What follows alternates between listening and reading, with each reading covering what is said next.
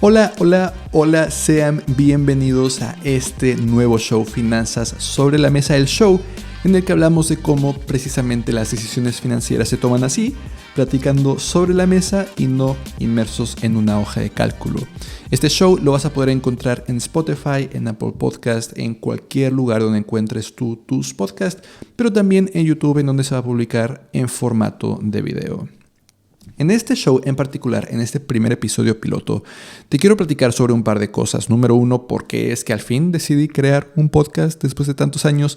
Y número dos, qué es lo que se espera que logremos de este podcast, que esencialmente es quitar el tabú de no hablar sobre dinero. Entonces voy a hablar de 4 instancias diferentes en las que deberíamos de hablar sobre dinero. Y te voy a dejar la tarea importantísima de empezar a hablar sobre dinero desde esta semana. Pero ese es el segundo tema más fuerte del que vamos a hablar. El primer tema es simplemente de por qué al fin decido empezar este podcast. Y esencialmente me voy dando cuenta de que mis audífonos están conectados en el lugar incorrecto. Esencialmente empecé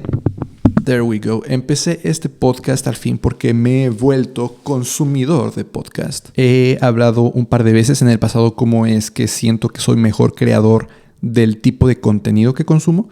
Entonces llevo mucho tiempo consumiendo contenido en YouTube, por eso siento que soy relativamente bueno creando contenido para YouTube.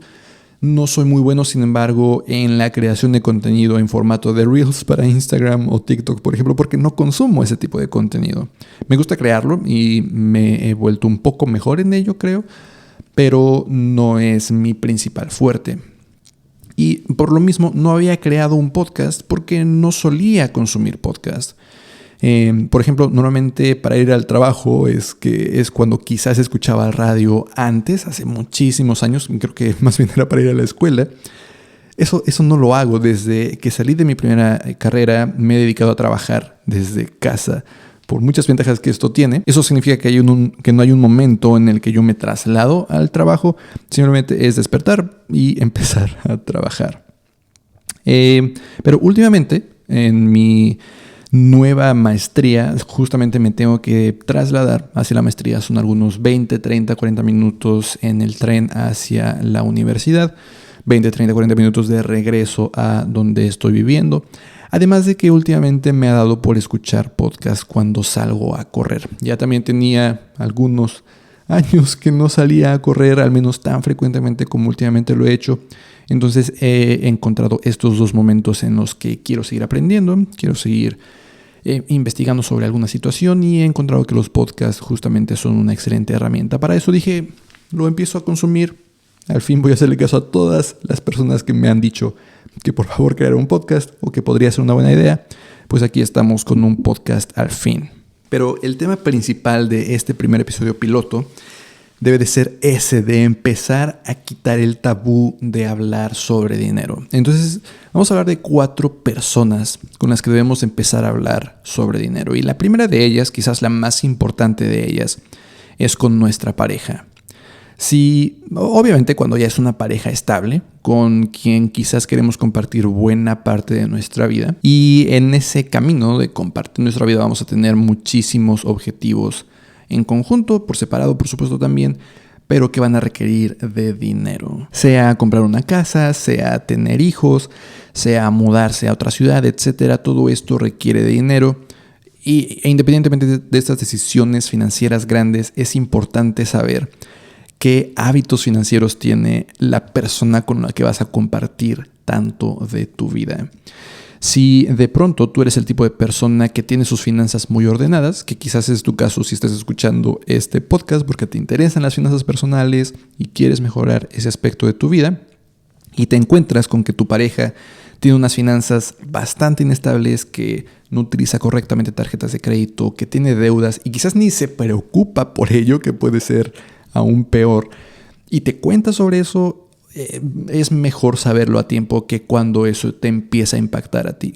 Está bien que cada quien tenga sus finanzas separadas al principio, que cada quien se encargue de lo que se tiene que encargar, pero creo que llega un punto en una relación en que las finanzas de uno llegan a impactar las finanzas del otro.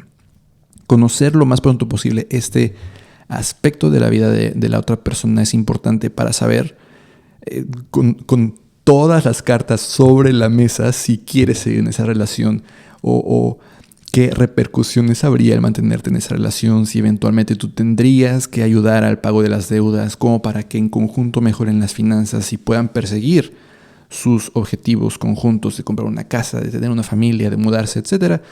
O quizás de plano sus finanzas son tan malas, o no sus finanzas, sino su relación con ellas son tan malas de que no les preocupa, que se endeudan y son completamente responsables con ellas, que mejor quizás hay que buscar por otro lado.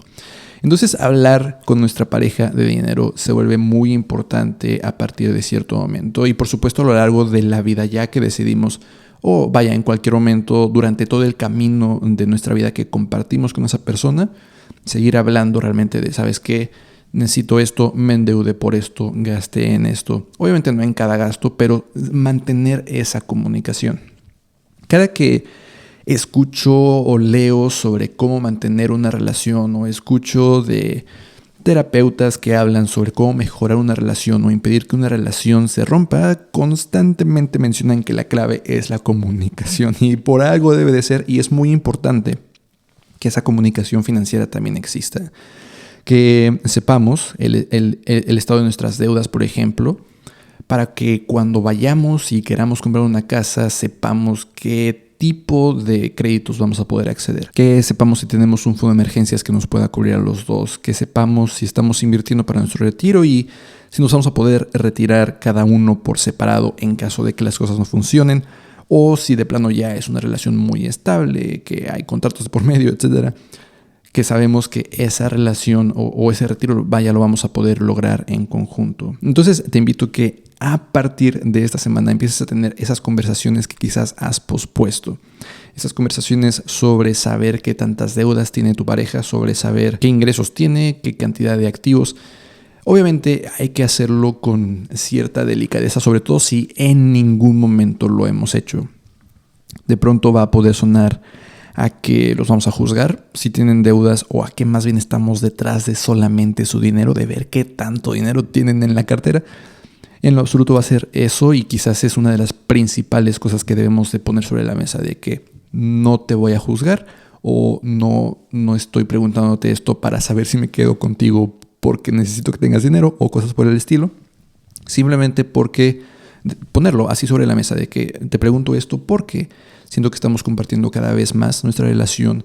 Parte de lo que quiero compartir contigo es mis finanzas, porque eventualmente vamos a tomar decisiones juntos que van a requerir de gastos, de ahorros, de planeación. Y quiero saber si realmente podría contar contigo en esos momentos.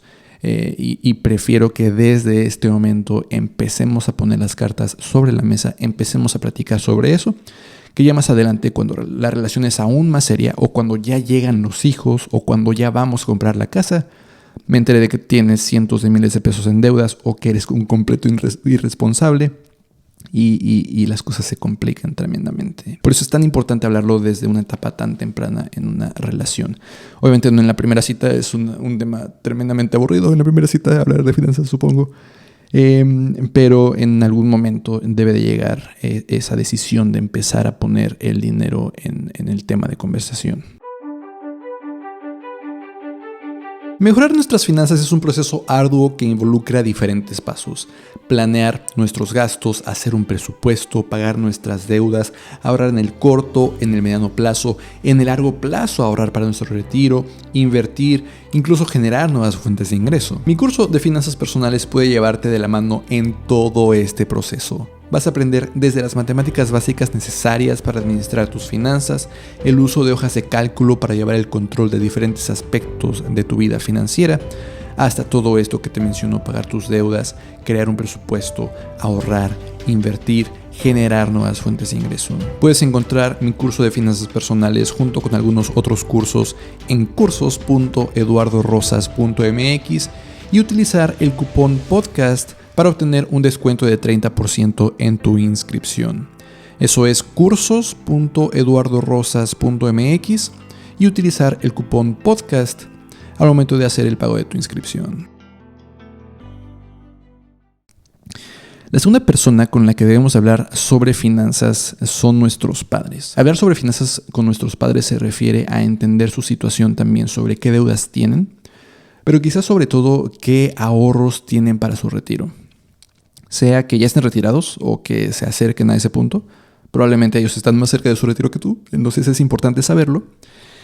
Porque sobre todo si queremos ayudarles, tenemos que saber hasta qué punto vamos a poder hacerlo, hasta qué punto lo necesitan.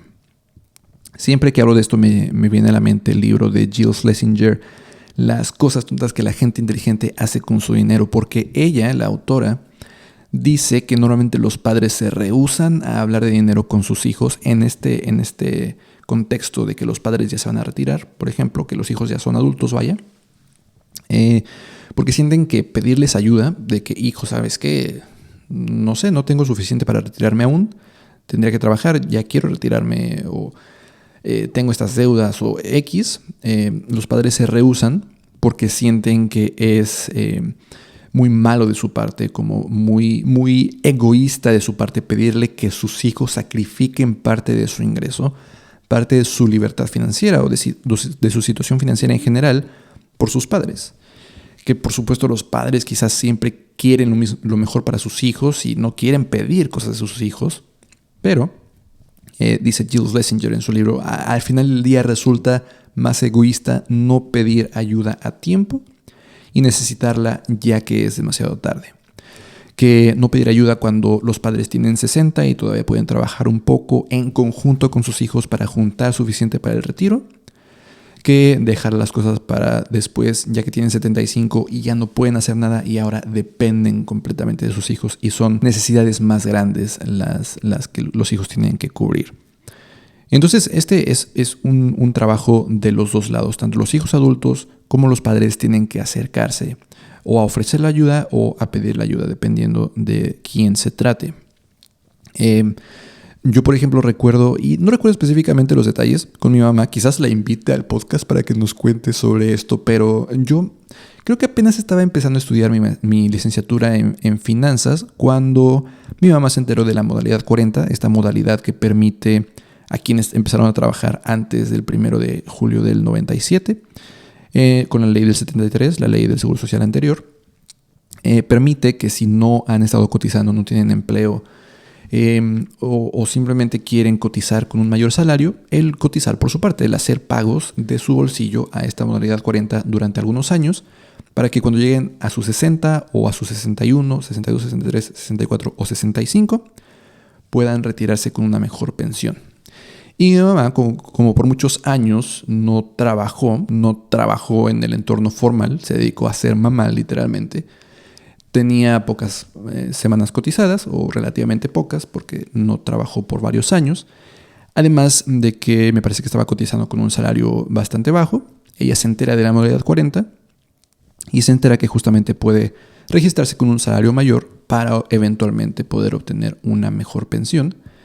De nuevo, no recuerdo exactamente los detalles, pero le ayudé. No me acuerdo si ella llegó a pedirme o si yo de alguna forma también, cuando me contó, le dije que yo le podía apoyar a pagar más de su modalidad.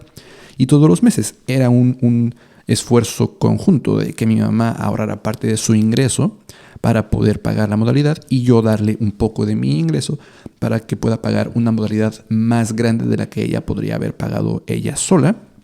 Lo que años después, ya ahorita que está recibiendo su pensión, se tradujo en una pensión mayor.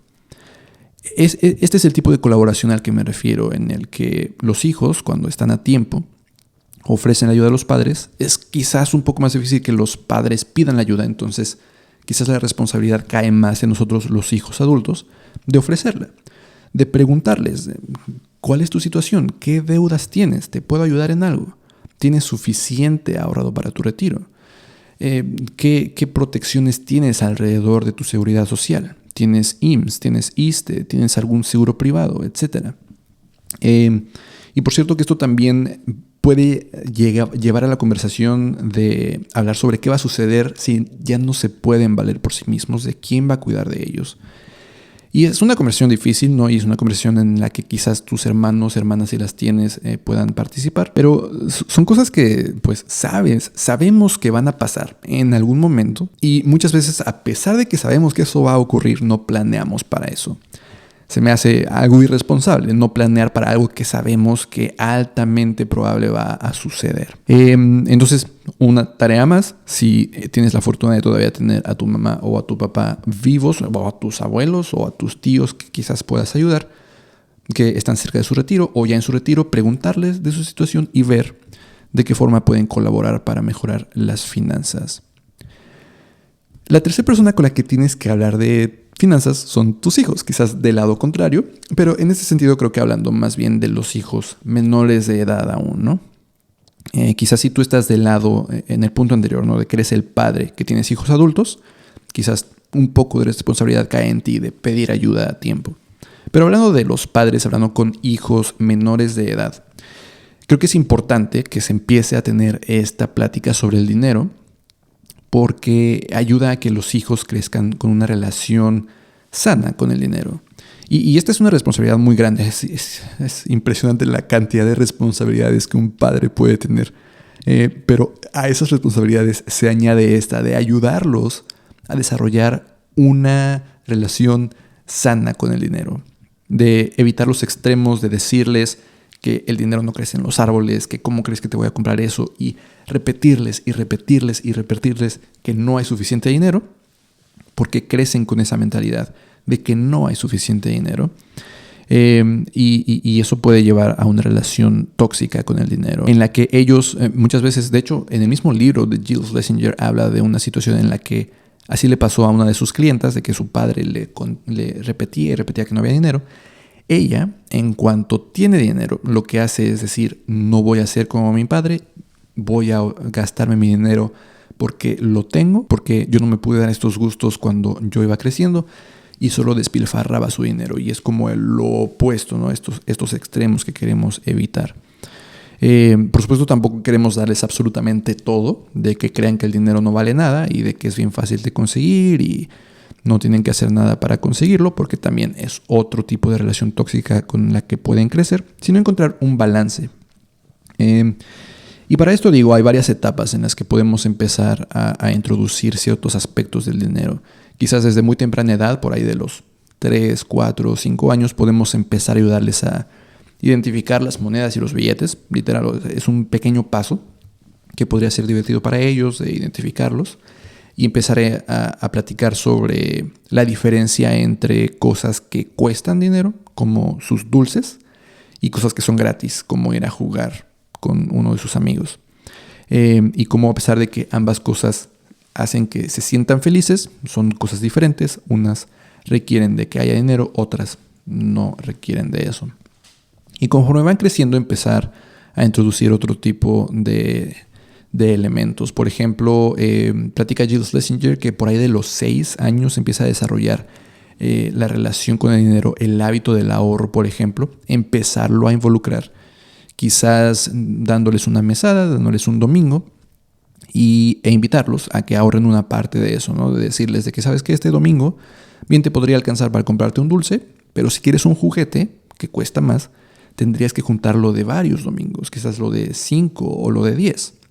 Es importante entonces que empieces a ahorrar. Y en algún momento también empezarles a introducir, quizás unos meses, un par de años después, empezarles a introducir la idea de los intereses, de que es mejor guardar ese dinero en un lugar como CETES. CETES Directo tiene la opción de CETES Directo Niños, que nos permite guardar dinero ahí, creo que desde $1. Entonces ahí empieza a generar intereses y explicarles cómo este tipo de herramientas hace que el dinero genere un poco más de dinero y al final del día no solamente pueden retirar el dinero que metieron, sino un poquito más. Y ya más grandes, ya quizás cuando tienen 15, empezarles a hablar sobre tarjetas de crédito, sobre el historial crediticio, de cómo eso tiene un impacto en los créditos que pueden obtener.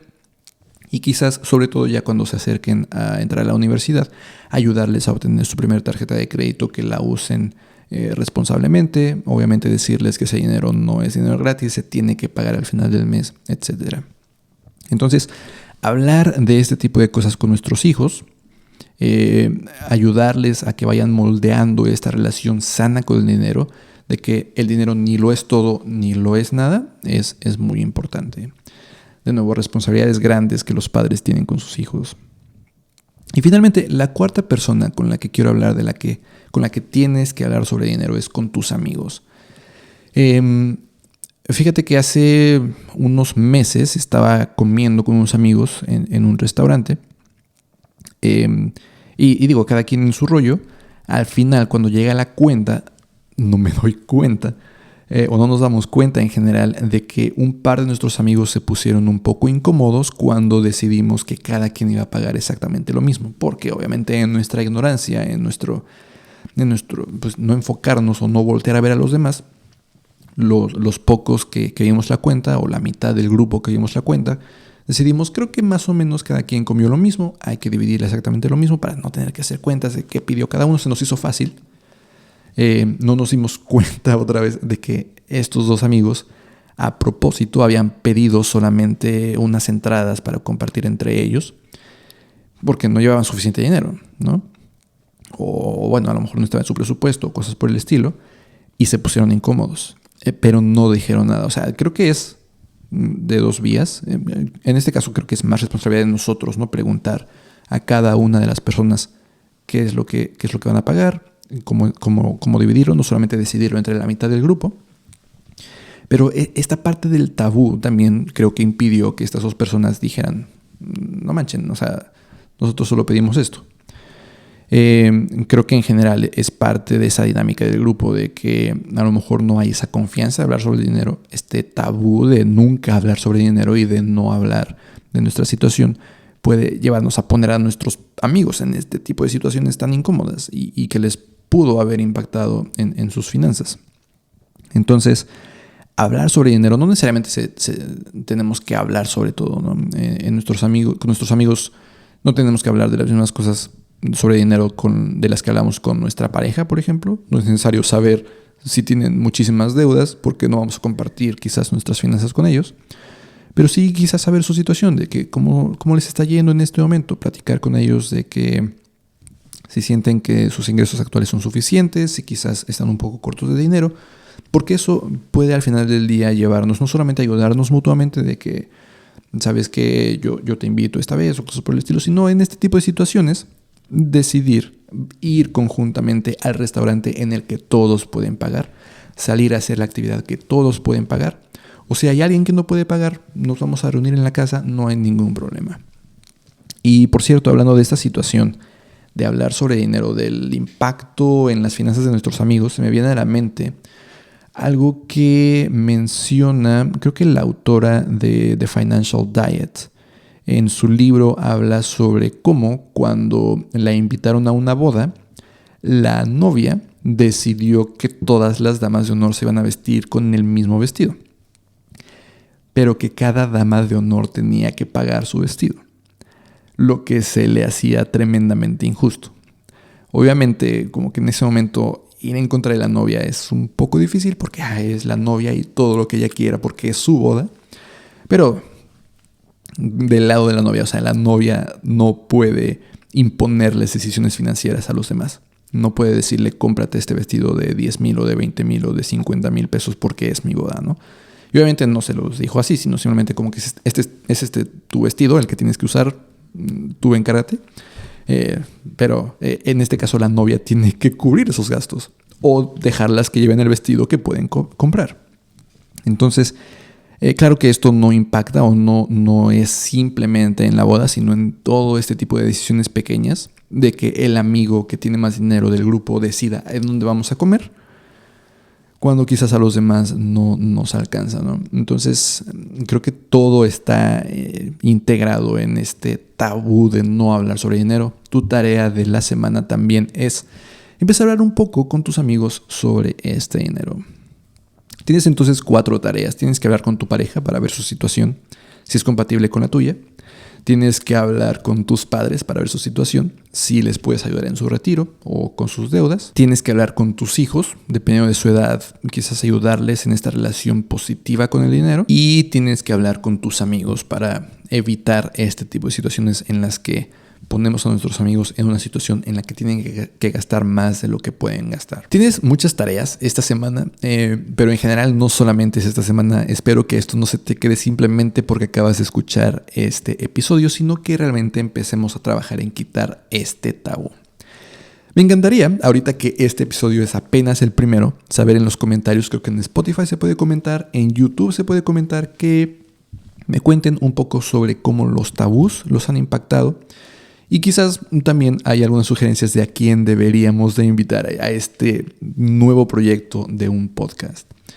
Te agradezco para empezar muchísimo que estés aquí en este primer episodio. Desde el primer episodio te agradezco infinitamente. Espero que este proyecto te llame la atención y que decidas quizás seguirnos en Spotify, en Apple Podcasts, donde sea que escuches tus podcasts, así como en YouTube, donde de nuevo se estará publicando el formato de video. Gracias, muchísimas gracias por haber escuchado este episodio de Finanzas sobre la Mesa.